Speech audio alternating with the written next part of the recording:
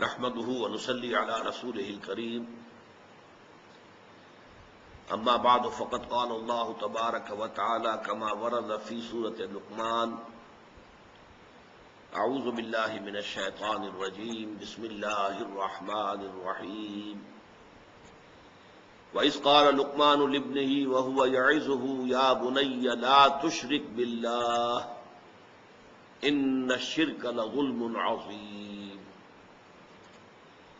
وقال تبارك وتعالى كما ورد مرتين في سورة النساء إن الله لا يغفر أن يشرك به ويغفر ما دون ذلك لمن يشاء صدق الله العظيم رب اشرح لي صدري ويسر لي أمري واحلل عقدة من لساني يفقهوا قولي اللهم ربنا ألهمنا رشدنا وأعذنا من شرور أنفسنا اللهم أرنا الحق حقا وارزقنا اتباعه وأرنا الباطل باطلا وارزقنا اجتنابه اللهم وفقنا لما تحب وترضى اللهم إنا نعوذ بك من الشك والشرك ربنا لا تجعلنا من المشركين آمین یا رب العالمین۔ معزز حاضرین اور محترم خواتین، آپ کے علم میں ہے کہ آج ہمیں ایک نہایت اہم موضوع پر گفتگو کرنی ہے، حقیقت و اقسام شرک۔ آپ کے علم میں ہے کہ اسلام دین توحید ہے، اور توحید کی ضد یا اس کا اینٹونیم یا اس کا مخالف شرک ہے۔ تو واقعہ یہ ہے کہ اگر انسان غور سے کام لے، تدبر کرے اور بصیرت کے ساتھ باتوں پر غور کر سکے، تو اسے یہ معلوم ہو جائے گا کہ ہمارے دین کی روح سے جو بھی خیر ہے، بھلائی ہے، حق ہے، خواہ اس کا تعلق عقائد سے ہو، نظریات سے ہو، خیالات سے ہو، افکار سے ہو، اعمال سے ہو، اخلاق سے ہو، وہ سب در حقیقت نقطۂ توحید کی تفسیریں ہیں۔ ان سب کا تعلق کہیں نہ کہیں جا کر جو شجرہ طیبہ ہے توحید کا، اسے جڑ جائے گا۔ یہ سب کرونریز ہیں اصول توحید کی۔ اور اس کے برعکس شر، گمراہی، باطل، چاہے وہ خیالات سے متعلق ہو، نظریات و افکار سے متعلق ہو، عقائد سے متعلق ہو، یا اعمال سے متعلق ہو، اخلاق سے متعلق ہو، نیتوں سے متعلق ہو، شر جو بھی ہے وہ در حقیقت شجرہ خبیثہ جو شرک کا ہے اسی کے ثمرات ہیں۔ اس کا تعلق کہیں نہ کہیں جا کر شرک سے جڑ جائے۔ یہ جو ہماری آج کی گفتگو ہے، جو شاید 3 یا 4 نشستوں میں مکمل ہو سکے گی، یہ ہمارے مطالعہ قرآن حکیم کے منتخب نصاب کا جو درس ثالث تھا، سورہ لقمان کے دوسرے رکوع پر مشتمل، یہ اس کے ضمیمے کی حیثیت رکھتا ہے، اس لیے کہ اس میں حضرت لقمان کی پہلی جو نصیحت اپنے بیٹے کے نام آئی، یا بنی لا تشرک باللہ ان الشرک لظلم عظیم، اے میرے بچے اللہ کے ساتھ شرک ہرگز مت کیجو، اس لیے کہ شرک بہت بڑا ظلم ہے، بہت بڑا ظلم ہے۔ اور یہ میں آپ کو بتا چکا ہوں کہ شرک میں یہ ظلم 2 میں سے ایک شکل اختیار کرتا ہے، یا تو اللہ تعالیٰ کو اس کے مقام رفیع سے گرا کر کسی اعتبار سے مخلوقات کی صف میں لا کر کھڑا کر دیا جاتا ہے، یہ بھی ظلم ہوا،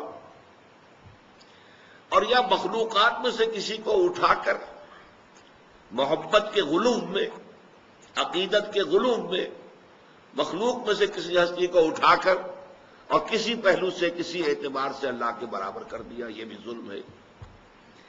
امام راغب رحمۃ اللہ علیہ نے لفظ ظلم کی تشریح کی ہے، وضع الشیء فی غیر محلہ، کسی شے کو اس کے اصل مقام سے ہٹا دینا، اور یہ کسی شے کو اس کے اصل مقام سے ہٹا دینا اما میں نقصان، یا تو اس میں کوئی کمی کر دینا، اور زیادتن یا کوئی زیادتی کر دینا، وَإِمَّا بِعُدُولٍ عَنْ وَقْتِهِ وَمَكَانِهِ، یا اس شے کا جو وقت ہے معین اور جو اس کا مرتبہ اور مکان ہے، یہ اس میں ظرف کے دونوں پہلو آ گئے، ظرف زمان، ظرف مکان، اس میں اس کی اصل مقام سے اسے ہٹا دینا۔ تو ان الشرک لظلم عظیم۔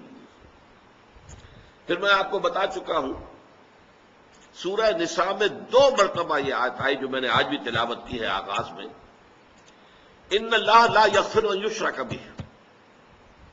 یہ آیت نمبر 48 اور 116 یہ آیات ہیں سورہ نساء کی۔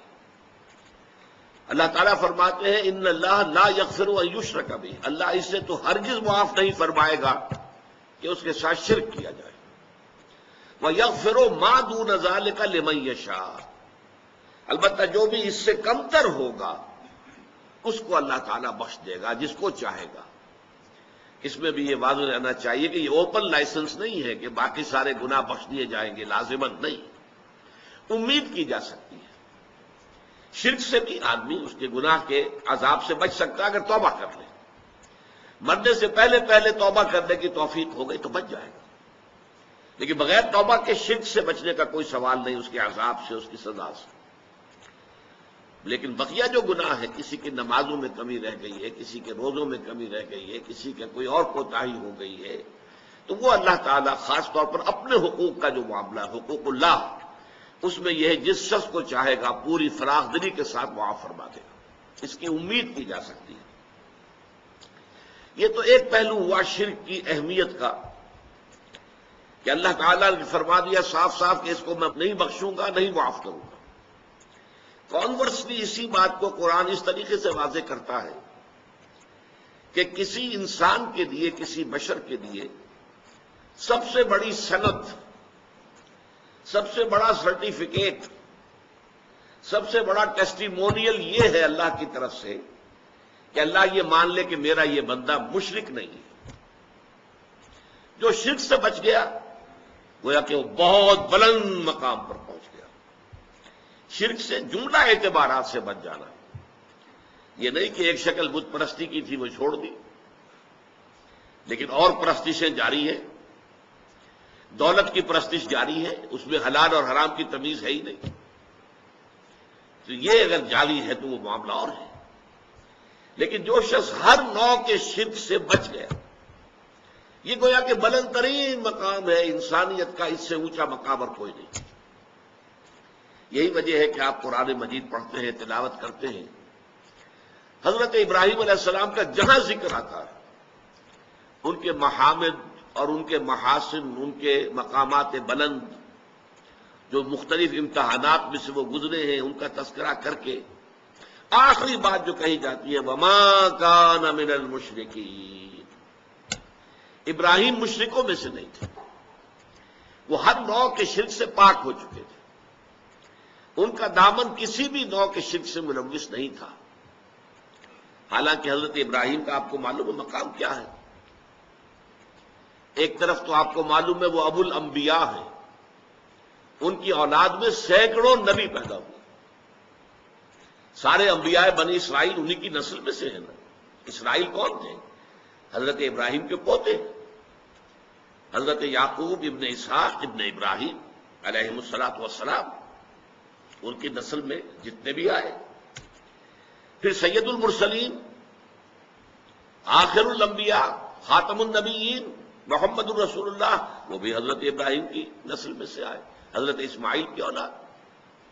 تیسری شاخ ایک اور تھی حضرت ابراہیم کی اولاد کی، بنی قطورہ، ان میں بھی انبیاء آئے جن میں سے ایک کا نام بہت مشہور ہے حضرت شعیب علیہ السلام۔ تو سینکڑوں انبیاء، ابو الانبیاء ہیں یہ۔ پھر اللہ تعالیٰ کے ساتھ ان کی نسبت کیا ہے؟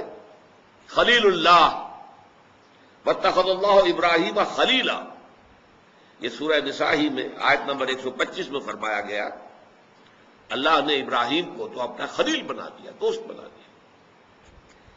تیسرے یہ کہ فرمایا امام الناس، انی جاعلک للناس اماما، اے ابراہیم میں تمہیں تمام نوع انسانی کے لیے امام بنانے والا ہوں۔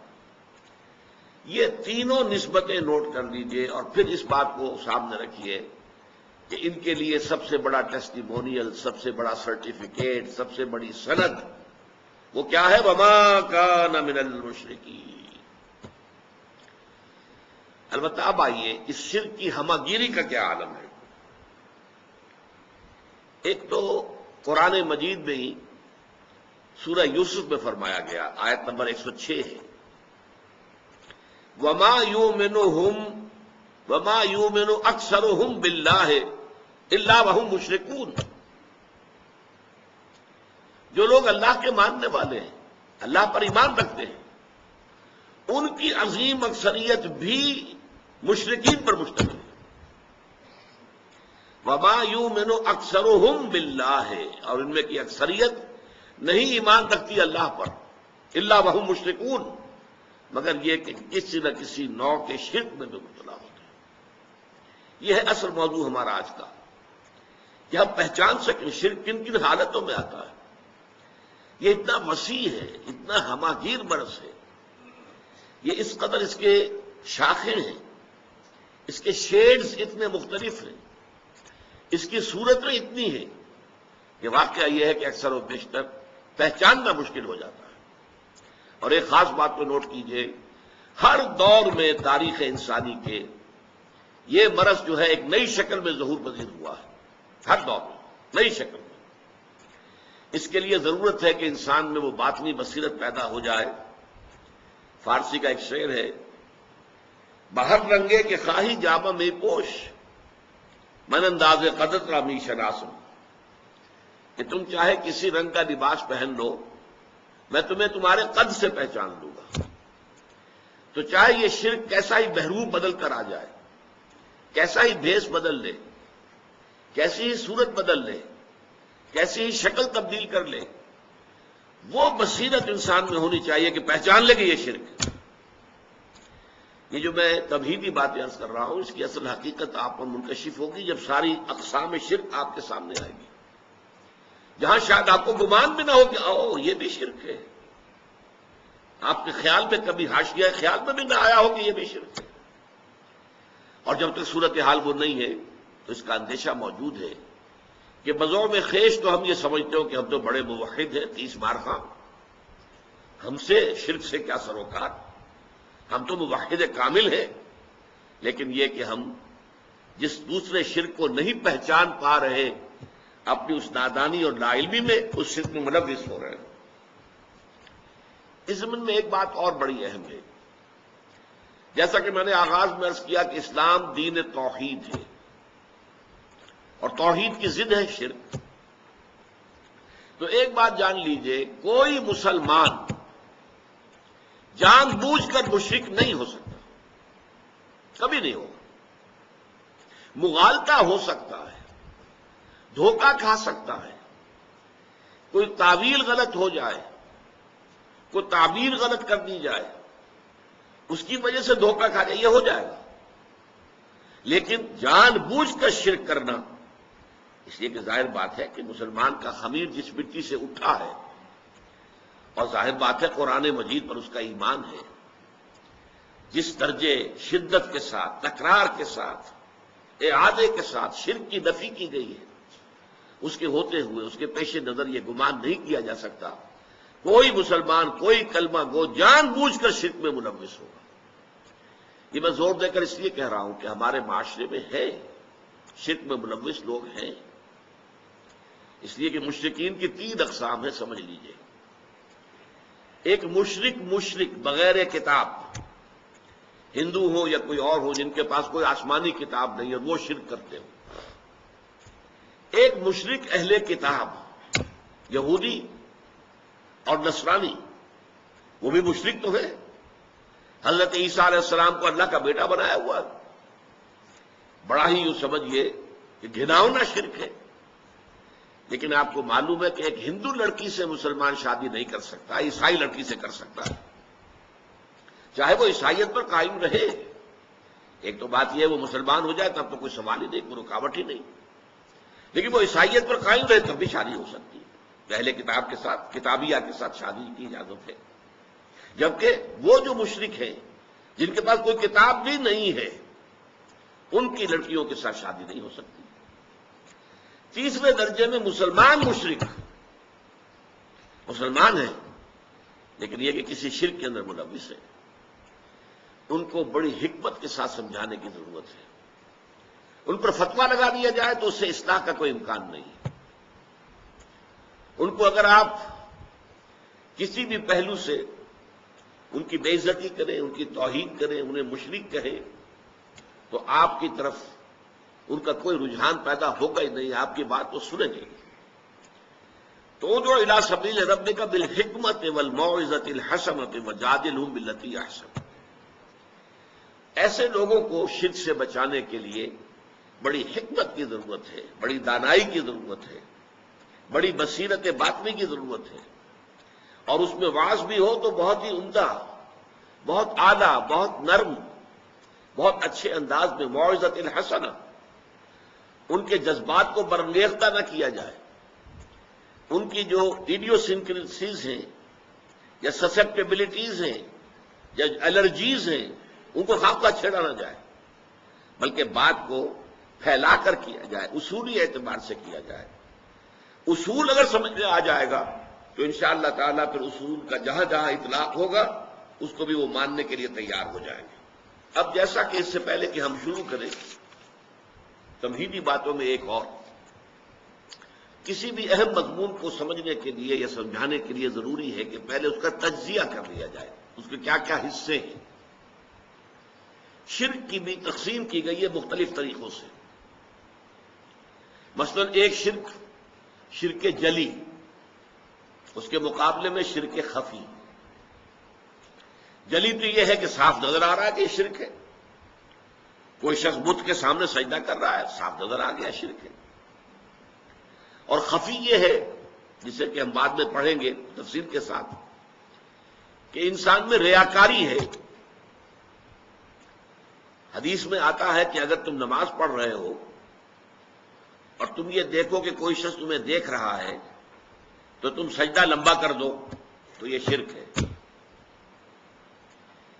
پہلے تمہارا سجدہ فرض کیجئے 10 سیکنڈ کا تھا، جب تم نے دیکھا کہ کوئی تمہیں دیکھ رہا ہے تو اب اس کے اوپر اپنے تقوی، اپنے تدین، اپنی نیکی کا روب جھاڑنے کے لیے اب آپ نے 5 سیکنڈ کا اضافہ کر دیا، 15 سیکنڈ کا سجدہ کیا۔ یہ 5 سیکنڈ کس کو سجدہ کیا آپ نے؟ یہ اللہ کے لیے نہیں ہے، یہ اس شخص کو دکھانے کے لیے ہے۔ یہ شرک خفی ہے۔ ظاہر بات ہے کہ اس کو ہم دیکھ نہیں سکتے، اس پر فتویٰ نہیں لگ سکتا، یہ دل کا معاملہ ہے، اندر ہی اندر کا معاملہ ہے۔ اس میں صرف وعظ و نصیحت کی جائے گی، سمجھایا جائے گا کہ دیکھو بھائی یہ بھی شرک ہے۔ حضور نے فرمایا کہ شرک خفی کو پہچاننا اتنا مشکل ہے، ذرا آپ دیکھیے تمثیل، جتنا کہ کسی گھپ اندھیری رات کے اندر کسی سیاہ پتھر پر چلنے والی سیاہ چیونٹی کو دیکھنا مشکل ہے۔ کیا کیا چیزیں جمع کر دی حضور نے ایک تشبیہ کے اندر۔ رات انتہائی سیاہ ہے، پتھر انتہائی سیاہ ہے، اور اس پر سیاہ رنگ کی ایک چیونٹی چل رہی ہے، دیکھنا ممکن ہے؟ آپ نے فرمایا اتنا ہی شرک خفی کو پہچاننا مشکل ہے۔ تو شرک کی ایک تقسیم کیا ہوئی؟ شرک جلی اور شرک خفی۔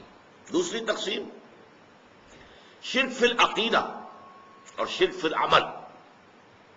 ایک عقیدے کے اندر، نظریات میں، خیالات میں، عقائد میں شرک داخل ہو جائے، اور ایک یہ کہ عمل میں، عقیدے میں تو نہیں ہے، عمل میں ہے، یہ دوسری تقسیم ہو جائے گی۔ تیسری تقسیم امام ابن تیمیہ رحمۃ اللہ علیہ نے کی، شرک فی المعرفت اور شرک فی الطلب۔ اللہ کے پہچاننے میں شرک، ظاہر بات ہے ذات باری تعالیٰ کے اندر صفات اور ذات کے اعتبار سے کوئی شرک داخل کر دینا، یہ شرک فی المعرفہ، اللہ کی معرفت میں کمی ہو گئی۔ اور شرک فی الطلب کیا ہے؟ یہ ذرا بات سمجھنے کی ہے۔ ایمان کا تقاضا، توحید کا تقاضا کیا ہے؟ تمہارا مطلوب و مقصود اللہ کے سوا کوئی نہ رہے۔ لا مطلوب الا اللہ، لا مقصود الا اللہ۔ اگر اللہ کے سوا بھی کوئی تمہارا مطلوب اور مقصود بن گیا، یہ شرک ہے۔ ذریعے کے طور پر استعمال کرو، کوئی حرج نہیں. یہ دنیا برتنے کی شے برتو، دنیا کو مطلوب نہ بنا لینا، مقصود نہ بنا لینا. لا مقصود الا اللہ، لا مطلوب الا اللہ. یہ گویا کہ شرک فی العمل والی بات ہو جائے گی. یہ تقسیم ایک دوسرے کو اوور لیپ کر رہی ہے، لیکن بڑی گہری بات کہی ہے کہ جو امام ابن تیمیہ نے کہی ہے، شرک فی المعرفہ اور شرک فی الطلب، مطلوب کے. لیکن میں یہاں جس پہلو سے، جس انداز میں تقسیم کر رہا ہوں اور اس کو بیان کروں گا، وہ یہ ہے، یہ زیادہ سائنٹیفک انداز ہے میرے نزدیک، واللہ عالم. وہ 3 قسم کا شرک ہے. شرک فی الذات، اللہ کی ذات میں کسی کو شریک کر دینا. شرک فی الصفات، اللہ کی صفات میں سے کسی کو کسی پہلو سے کسی صفت کے ہم پلہ بنا دینا. شرک فی الحقوق، جو اللہ کے حقوق ہیں ان میں کسی اور کو شامل کر دینا. شرک فی الذات، شرک فی الصفات، شرک فی الحقوق. ان چند تمہیدی باتوں کے بعد اب آئیے شرک فی الذات کیا ہے. شرک فی الذات کی پہلی بات تو یہ جان لیجئے کہ یہ بدترین شرک ہے، عریاں ترین شرک ہے، گھناؤنا ترین شرک ہے، اور اس پر اللہ تعالی کا غضب بہت بھڑکتا ہے. اس کی 2 قسمیں دنیا میں رائج ہوئی ہیں، اور بدقسمتی دیکھیے کہ اس کی بدترین شکل وہ ہے جو انبیاء اور رسولوں کی امتوں میں پیدا ہوئی. حضرت ابراہیم علیہ السلام کے پیروکار کہلاتے تھے یہ، جو عرب میں آباد تھے، قریش، ملت ابراہیم پر ہمیں. انہوں نے عقیدہ ایجاد کیا کہ فرشتے خدا کی بیٹیاں ہیں، اللہ کی ذات پہ شریک کر دیا. اولاد تو در حقیقت کسی کی ہستی کا تسلسل ہوتا ہے. اولاد اور والد، ان کے درمیان ایک ہی نوع ہوگی.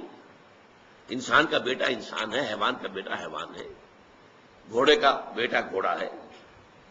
لہذا خدا کا بیٹا خدا ہے، خدا کی بیٹی خدا ہے. اس قدر قریب لے آنا مخلوق میں سے کسی کو اللہ کے ساتھ، باقی چیزوں میں کوئی ٹھوکریں کھائی ہیں علمی اعتبار سے، تعویل کے اعتبار سے، یہاں تو یوں سمجھیے کہ عریاں گھناؤنا ترین شرک. یہ شرک یہود میں بھی پیدا ہوا، ان کے ایک حصے میں.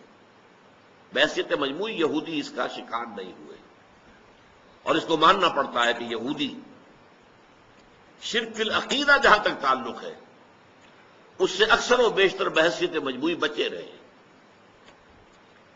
توحید فی العقیدہ پر قائم رہے، اور آج تک بھی ہے، اس میں کوئی شک نہیں.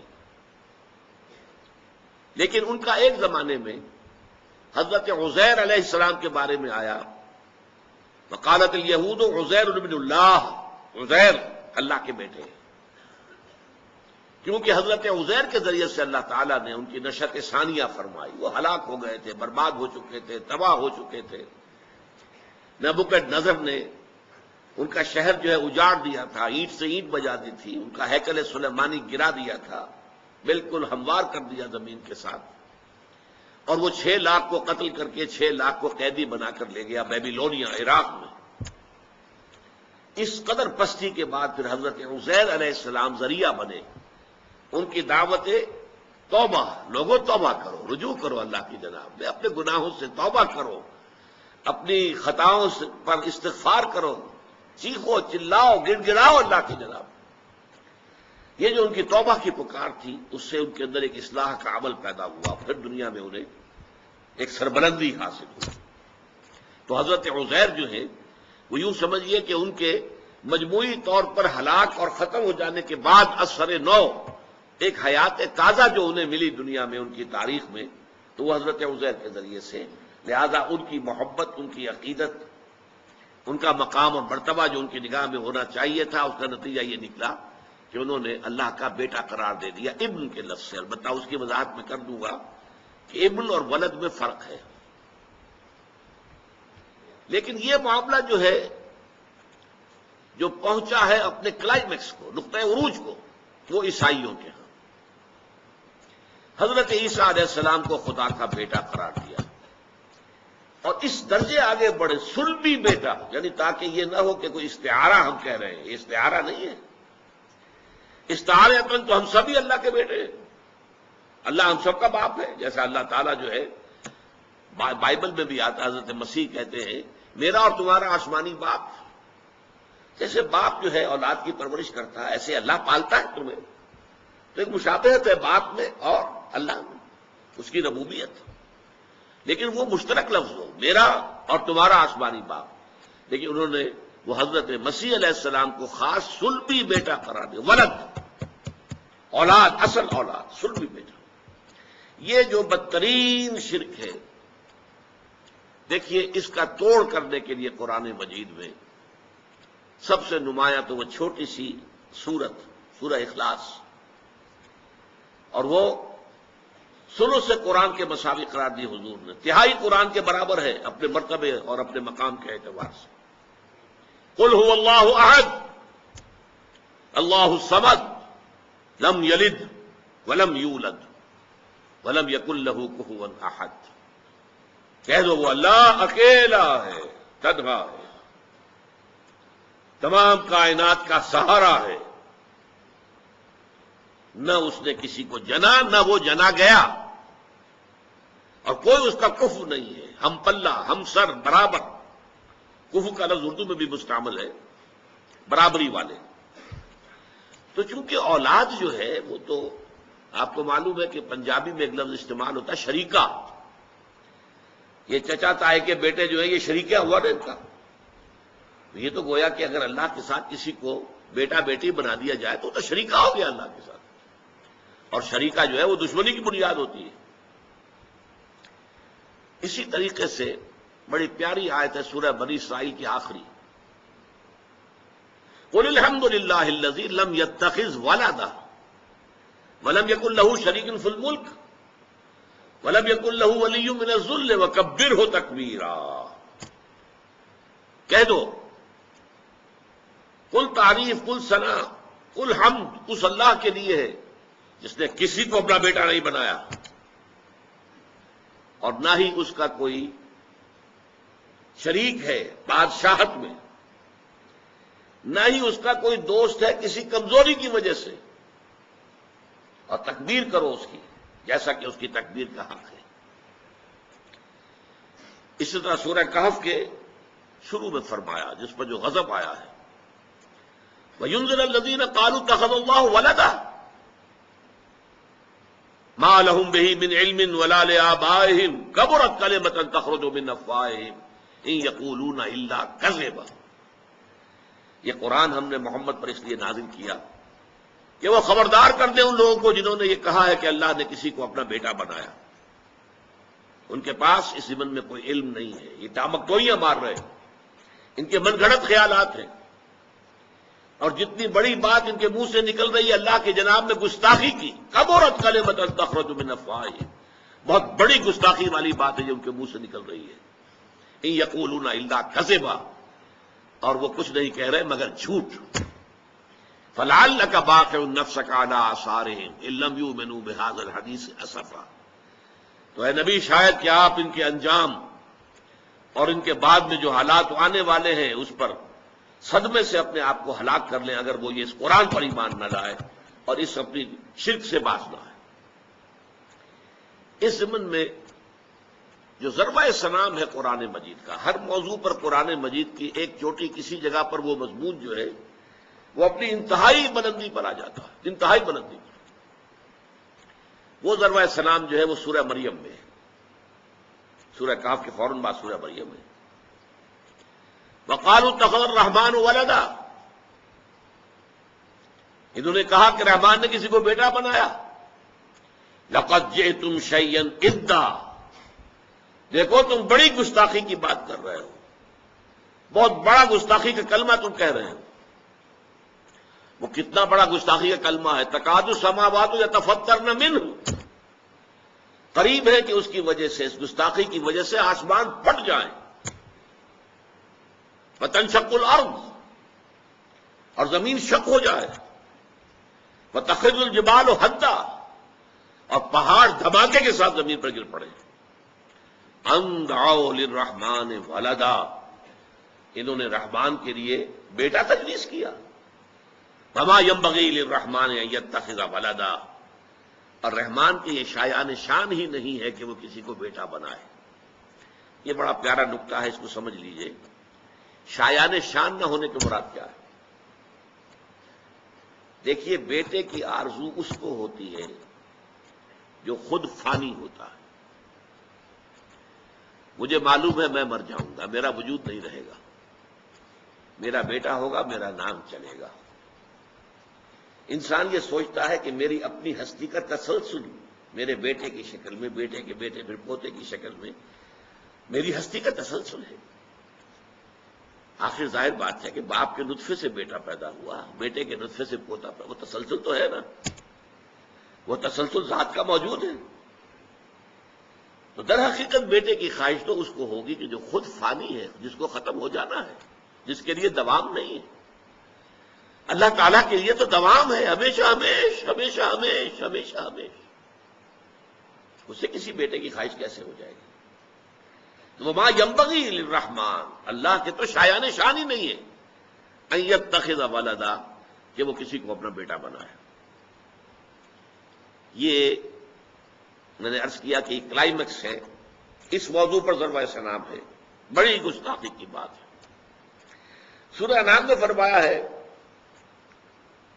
بدیع السماوات والارض انا یکون لہ ولد ولم تکن لہ صاحبہ. بدیع وہ ہستی کہ جس کا کوئی آغاز نہیں ہے، ہمیشہ سے ہمیشہ سے ہمیشہ سے، جس کا مثل کوئی نہیں ہے. آسمانوں اور زمین کا بدیع ہے، یونیک. انا یکون لہ ولد، اس کی اولاد کیسے ہو جائے گی؟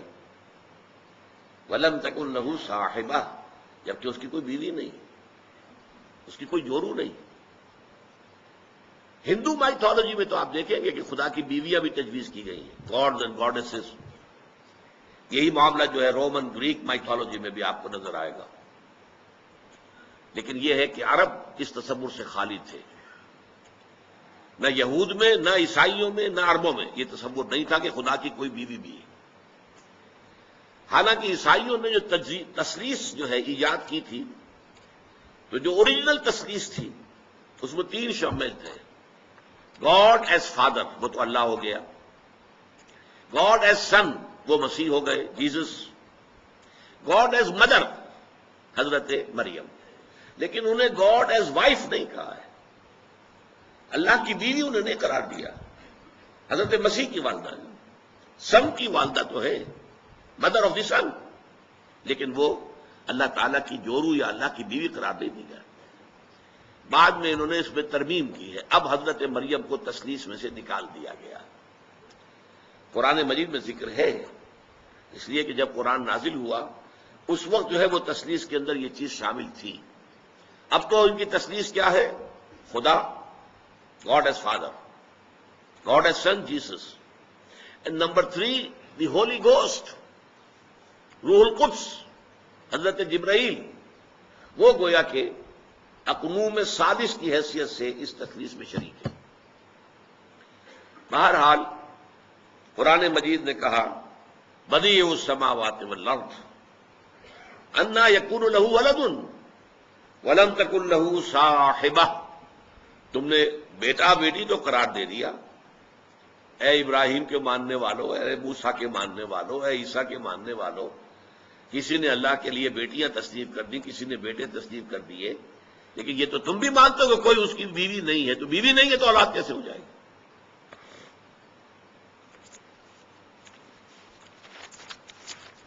یہ ایک قسم کا شرک تھا کہ جو شرک فی الذات، جو میں نے عرض کیا کہ عجیب ترین بات یہ ہے کہ اولو العزم من الرسل ابراہیم اور موسیٰ اور عیسیٰ کے ماننے والوں میں پیدا ہوا. دوسری قسم کا شرک فی الذات جو ہے وہ فلسفیانہ مذاہب میں پیدا ہوا. یہ انڈو چائنا کا جو علاقہ ہے، ہندوستان اور چین، اور درمیان میں ہند چینی. اس علاقے کے جو مذاہب ہیں وہ زیادہ تر فلسفیانہ فلوسافیکل ریلیجنس. ایک وہ ریلیجنس ہیں جو کسی آسمانی کتاب پر مبنی ہیں، اور وہ 3 ہیں: جوڈائزم، یہودیت، عیسائیت، اور نمبر 3 مسلمان. باقی یہ مذاہب، گوتم بدھ ایک فلسفیانہ مذہب ہے، اب جو بھی پیش ہوتا ہے دنیا میں گوتم صاحب کے نام سے. جین مت، مہاویر فلسفیانہ مذہب ہے. شنکراچاریہ ایک فلسفیانہ نظریہ ہے. اسی طریقے سے رامانج ایک فلسفیانہ نظریہ ہے. تاؤ فلسفیانہ نظریہ ہے. کنفیوشزم فلسفیانہ ہے. یعنی یہ نوٹ کر لیجئے کہ ہو سکتا ہے کہ ان میں سے کوئی نبی بھی ہو، لیکن ان کے مذاہب، ان کے خیالات، ان کے عقائد کی جو شکل آج دنیا کے سامنے پیش ہو رہی ہے، اس کا کوئی تعلق نہیں جڑتا کسی آسمانی کتاب کی تعلیمات کے ساتھ، بلکہ وہ فلسفیانہ مذاہب فکر ہے. اب فلسفے میں جو بڑا ٹیڑھا مسئلہ آ جاتا ہے، ذرا سمجھ لیجئے، یہ ٹیڑھی بات ہے.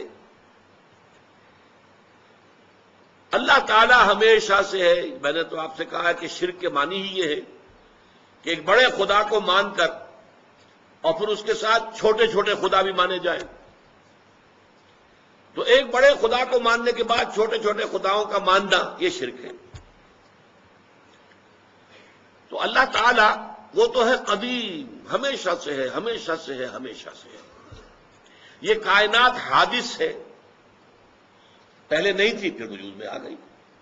ہم حادث ہیں، آسمان اور زمین حادث ہے. لہذا حادث کا اور اس قدیم کا تعلق کیا ہے؟ اس ہستی قدیم نے اس کائنات جو حادث ہے پیدا کیسے کیا؟ دیکھیے، ایک بڑھئی میز بناتا ہے، لیکن اس کے لیے لکڑی اس کے پاس ہونی چاہیے. لکڑی کے بغیر تو نہیں بنا سکتا نا. چنانچہ ہندوؤں میں ایک فلسفہ یہ ہے، خدا بھی قدیم، مادہ بھی قدیم. خدا نے مادے سے یہ کائنات بنا دی، مادہ بھی ہمیشہ سے موجود تھا، میٹر یہ بھی قدیم ہے، خدا بھی قدیم ہے. یہ مسئلہ تو آسان ہو گیا، اگر کوئی 2 مان لے تو سلویت ہو گئی ہے، توحید ختم ہو گئی. ان کے ہاں ایک اور نظریہ بھی ہے، تثلیث، اس معنی میں خدا بھی قدیم، مادہ بھی قدیم، روح بھی قدیم، 3 ہیں قدما. یہ ان کا ایک اور نظریہ ہے. لیکن جو توحید مانتے ہوں ان کے لیے مسئلہ ہے، ذات باری تعالی جو قدیم ہے، ہمیشہ سے ہے، اس نے جو پیدا کیا اس کائنات کو، کیسے پیدا کیا؟ بغیر کسی میٹر کے. تو کیا اپنے وجود کا کوئی ٹکڑا کاٹ کر اس سے بنایا؟ معاذ اللہ، اس کو بھی ہم نہیں کہہ سکتے. اللہ تعالیٰ کی ذات میں کوئی تجزیہ، کوئی تقسیم ہو ہی نہیں سکتی، تو کیسے بنایا؟ یہ ہے مسئلہ بڑا ٹیڑھا فلسفے کا. یہ دین کا مسئلہ نہیں ہے. ہمارے نہ قرآن مجید میں اس پر بحث ہے، نہ احادیث میں. لیکن جو لوگ فلسفی جو ہیں، اب ظاہر بات ہے کہ وہ بال کی کھال جب اتارتے ہیں تو ان کے لیے یہ مسئلہ بڑا ٹیڑھا بن گیا. چنانچہ ان کے ہاں ایک حل اس کا یہ نکلا جسے کہتے ہیں پینتھیزم. کل کائنات خدا ہی ہے، خدا ہی نے یہ شکل اختیار کر لی ہے. برف کی سل تھی، پگھل کے پانی بن گئی. اب تم کو برف کہاں؟ بھائی برف یہ پانی ہی تو برف ہے. برف کی سل پگھل کر پانی بن گئی. پانی کو تم نے ابالا، وہ بھاپ بن گئی. اب تم کو پانی کہاں گیا؟ بھائی پانی ہی ہے. یہ وہ جو بھاپ ہے وہ پانی بھی ہے، وہ بھاپ ہی برف بھی ہے. اسی طرح خدا نے خود ہی اپنے آپ کو اس کائنات کی شکل میں ظاہر کر دیا. اب اس کا نتیجہ بڑا خوفناک نکلا. اس کا مطلب ہے ہر شے خدا ہے، خدائی میں شریک ہے. تو یہ شرک کی بدترین صورت ہے. پینتھیزم، پین کہتے ہیں ہر شے. پینتھیزم، ہر شے کے بارے میں یہ ماننا کہ وہ در حقیقت خدا ہی کا ظہور ہے، خدا ہی کی ہستی کا حصہ ہے. یہ بدترین شرک ہے. ایک اور تصور ان مذہبیانہ جو فلسفیانہ مذاہب ہیں ان میں آیا، گاڈ انکارنیٹ. اللہ یا خدا کسی انسان کی شکل میں بھی ظاہر ہو جاتا ہے. یہ جو اوتار کا عقیدہ ہے، اوتار یہ کیا ہے؟ خدا نے اس کائنات میں کسی انسان کی شکل میں ظہور کر دیا. رام چندر جی اوتار ہیں ان کے کہنے کے مطابق، نعوذ باللہ من ذالک، نقل کفر نہ باشد، وہ اوتار ہے. خدا نے ان کی شکل اختیار کر لی اور دنیا میں آ گئے. ان کے ہاں اوتار کا عقیدہ جو ہے آپ کو معلوم ہے ہندوؤں میں بڑے بڑے وسیع پیمانے پر 9 10 اوتار وہ مانتے ہیں. لیکن یہ کہ بدترین شرک ہے یہ بھی. تو پینتھیزم ایک وسیع پیمانے پر یہ شرک فی الذات کی بدترین صورت ہے. اور گاڈ انکارنیشن، یا یہ کہ کسی انسان میں خدا حلول کر جاتا ہے، حلول و اتحاد ایجا محالست،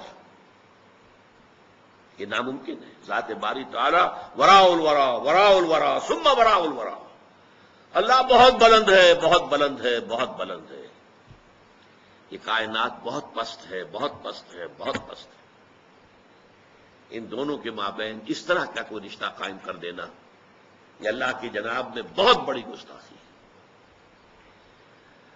میں اگلی نشست میں واضح کروں گا کہ اللہ کا بہت بڑا فضل ہے یہ امت مسلمہ پر کہ وہ ان دونوں قسم کی شرک فی الذات سے بحیثیت مجموعی تاحال، حالانکہ 1400 برس بیت چکے ہیں، یہ محفوظ ہے.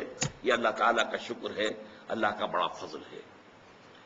اقول قولی ھذا واستغفر اللہ لی ولکم ولسائر المسلمین والمسلمات.